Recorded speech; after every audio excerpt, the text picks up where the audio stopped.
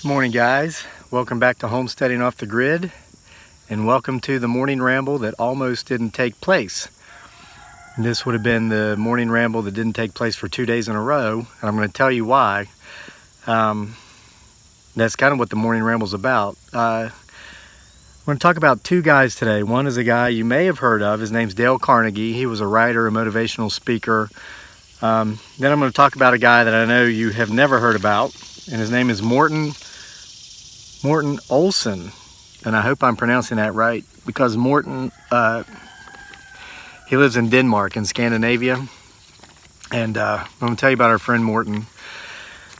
And you know, it's 8:11, so what's going on here is that I actually had to put my canopy up here this morning because the sun's already way up. I did sleep until 6, but that has nothing to do with why I didn't come up here until now. I came up here because Morten motivated me to come up here. You know, we're doing a lot around the homestead now. We have been busier. Today we're finally getting the seeds for our fall crops into the ground.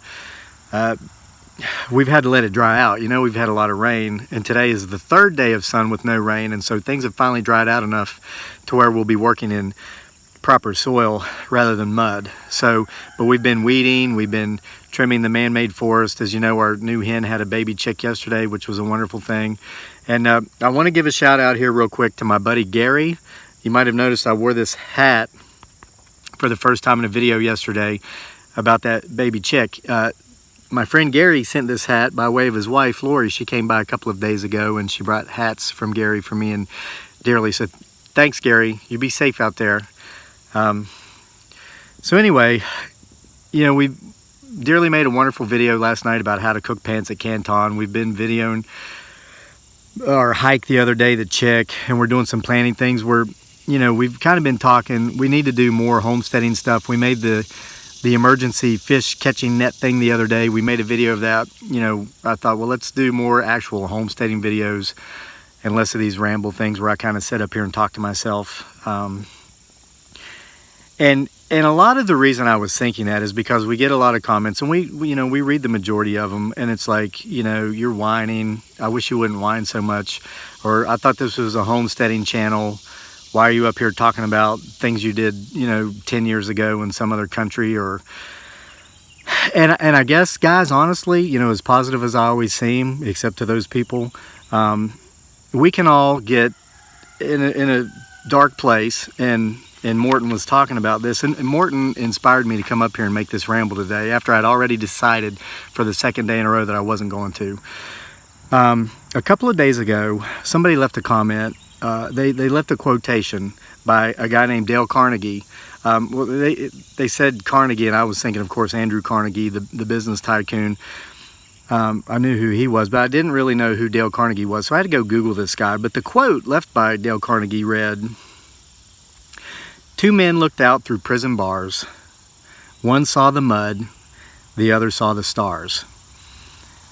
And I thought, wow, that's really powerful, because here's two guys, they're in a dark place. They're both in the same dark place, but they're seeing things differently. One is seeing the absolute darkness of the place he's in. He's looking down, he sees the mud. The other one is seeing hope. He's seeing the light at the end of the tunnel. He's looking up and seeing the stars. So I Googled Dale Carnegie, and I found out who he was, and a lot of you all probably knew this, but he was a motivational speaker. He was an author. He was born into poverty on a Missouri farm in 1888. His best-known work was a book called How to Win Friends and Influence People. I'd actually heard of that book, but I'd never read it. So anyway, I thought, with my idea of not coming up here and doing these rambles, I was kind of looking at the mud, because instead of looking at the 9 out of 10 comments where they say, thank you, you helped me get through this day, or you said this and I remembered a time when I got through this, but I was looking at, for some reason, and guys, this is human nature, we all can get in this place. I was looking at the one that said, you're a whiner, or you want some wine with that, you want some cheese with your wine or whatever. And guys, the problem was not me. If I make a 16-minute long video and I make one statement in which I'm telling some backstory or giving you yeah, the backstory behind how I came to a conclusion, which allowed me to move forward. And that's the only thing you pick up. And I'm not judging here, because I'm sending a message to these people, and I've got 3 fingers pointing back at myself, as we always do when we point the finger at someone else.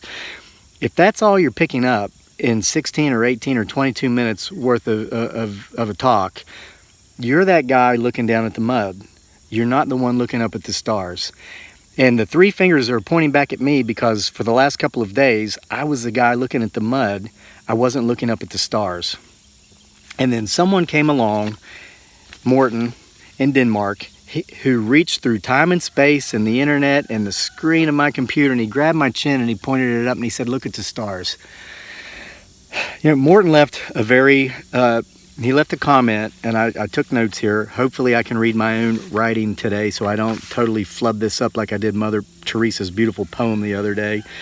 But Morten left a message, and he said, and this was in regard to the video I made a couple of days ago, the last time I did this, called Stop Iffing, Start Doing. And that video's had less than 2,000 views as of right now.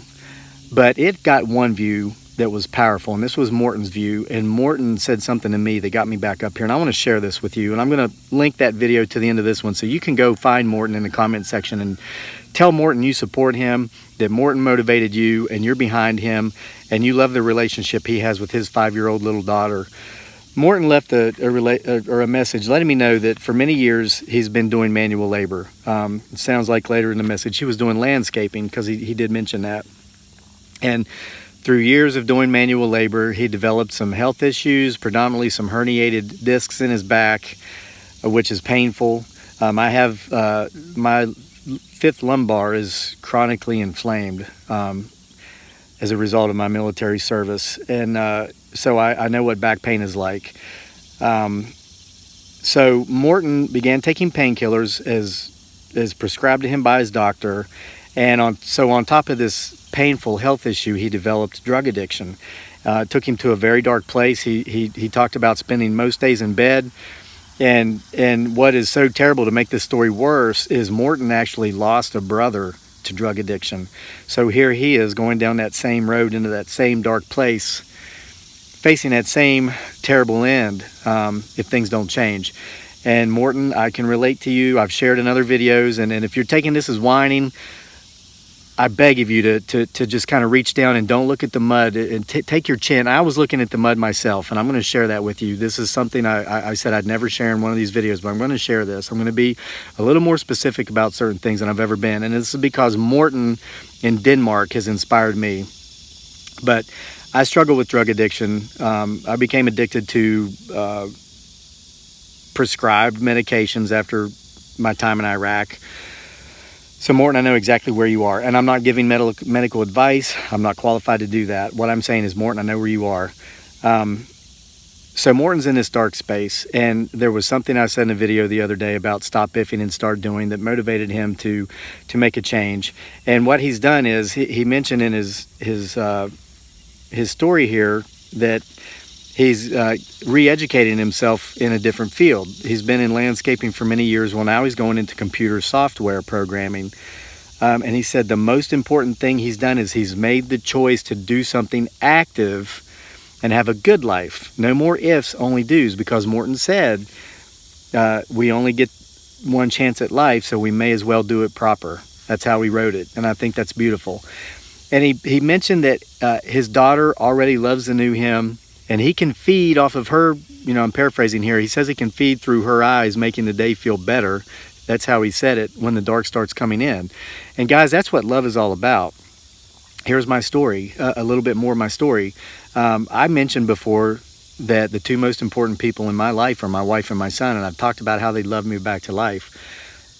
There are 3 other people out there who are equally important to me, and who are 3 of the most important people in my life who unfortunately have not been part of my life for many years, and that's as specific as I will be. Now, if those 3 people ever see this, I want those 3 people to know that we've got bedrooms here at our big old farmhouse built in 1903, one of the last sharecropper houses made in this country. As the Industrial Revolution was on its way in, it was kind of like we're living in an antique, and we love that. But there are bedrooms here ready for you if you ever want to come. I will get you here. I will pay to have you here. I will pick you up and I will bring you. Now, with that said, and you don't have to be a genius to read into what that means and who those people are, but, you know, my head was down in the mud literally one night. And I kind of shared about this in one of the video I made about how my wife is the most amazing woman I've ever known. We were on a beach in the Philippines, and it wasn't this nice 5-star ritzy tourist spot like the Shangri-La where we would eventually go and spend a lot of time, because at this point in our journey, we couldn't afford a place like that. We were on a beach in what's called a squatter's barangay because it's where we lived. There's all these little huts, and they won't show these places on the postcards. I was beside where a stream came out of the village through the center of the village where, and guys, this is just how it is. I mean, no disrespect by telling you that this is how the folks were living there where we were living at this time, but the sewage went into this stream, the waste from the animals went into the stream, and it went right out into the ocean. This is the beach we were on. It was pouring the rain down, and I was pounding the sand, and I was crying. I wanted to die. And by this point in my journey, I'd gotten off the drugs because I simply ran out and I had no access to any more. I couldn't get to any of them. I was still drinking heavily. I was drunk. I was crying. I was thinking about what I'd lost in my life, how badly I missed these 3 people, and looking at the prospect that I may never see them again. And up until now, I haven't. You know, my wife came to me through the rain, through the lightning, through the thunder, through the storm. And she said to me, she said, it's sad that you've got so much to live for. And as painful as it is, and I understand that, she said, you continue to focus on what you've lost for now. Hopefully not permanently, but at least temporarily. You can't see what it is you have.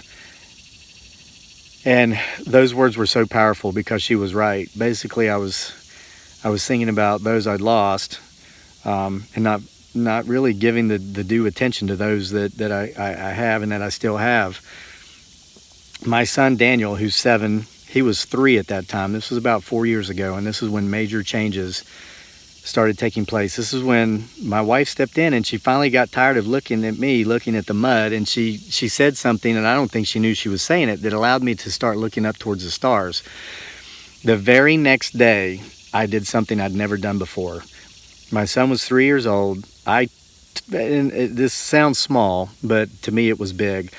I took him to the mall by himself, just me and him, and this was further into the city. We had to take like a jeepney for 8 pesos.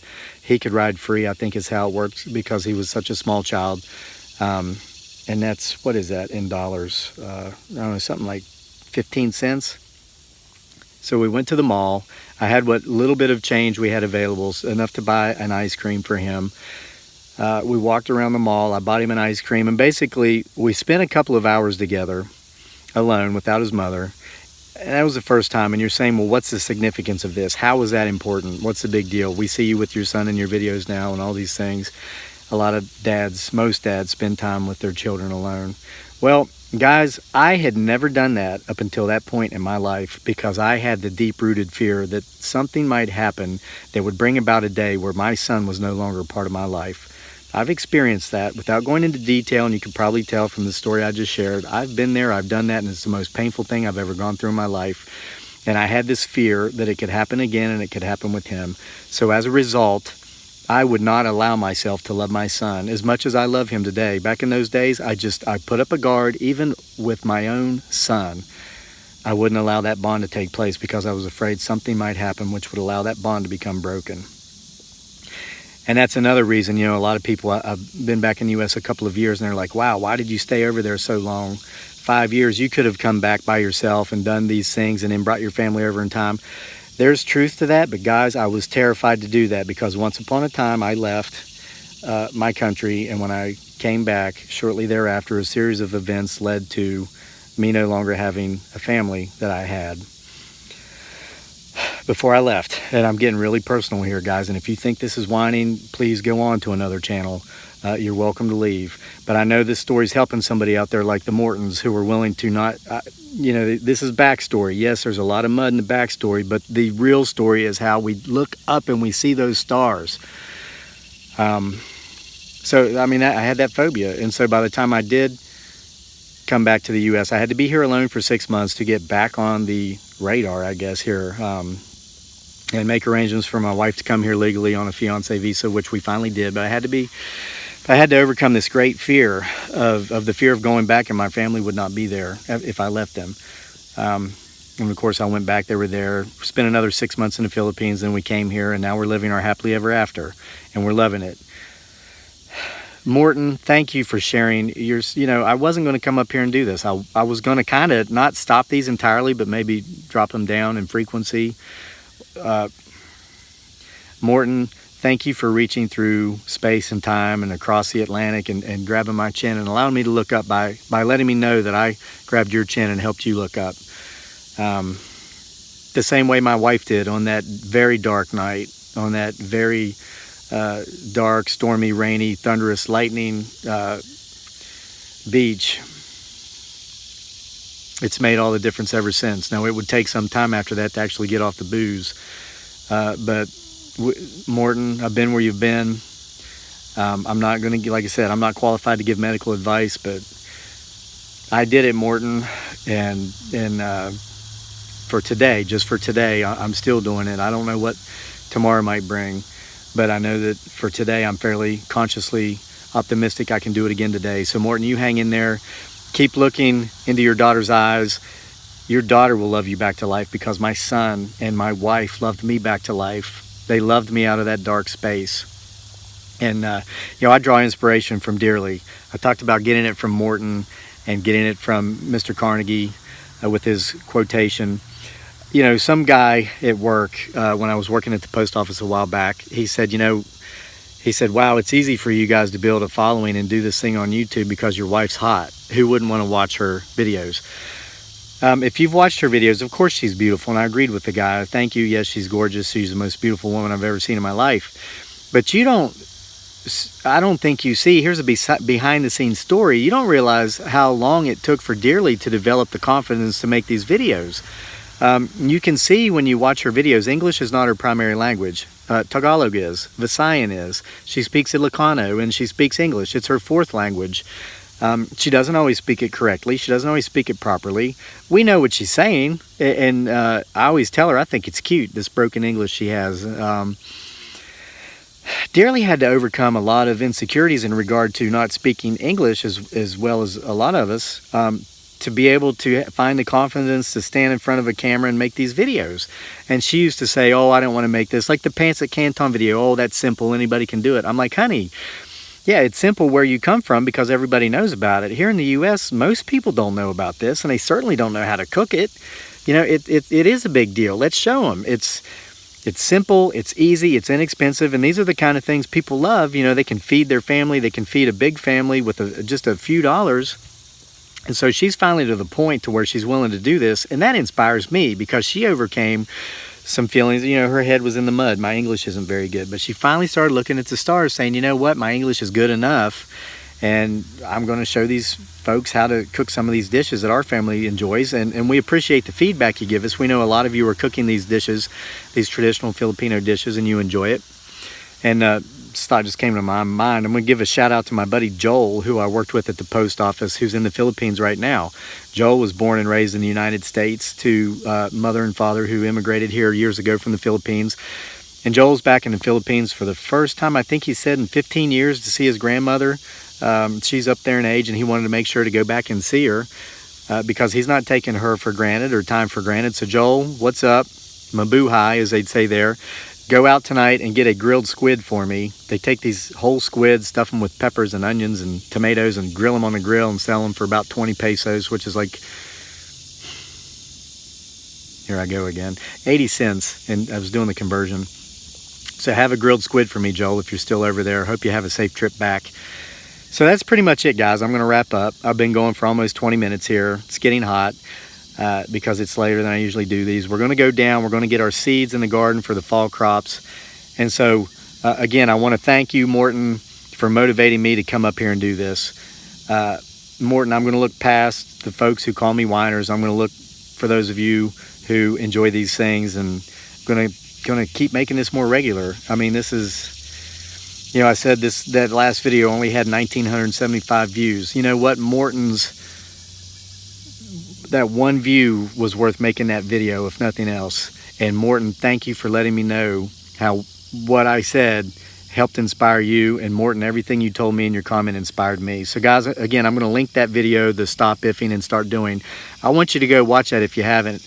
And even if you have, go back to it and find Morten. Tell Morten, we support you. And Morten, when you're up and about, make sure to get out there and plant some seeds, whatever you can plant there this time of year to participate in this fall crop planting challenge. And now with no further ado, I'm going to give you a beautiful parting shot of the homestead. And we'll see you next time.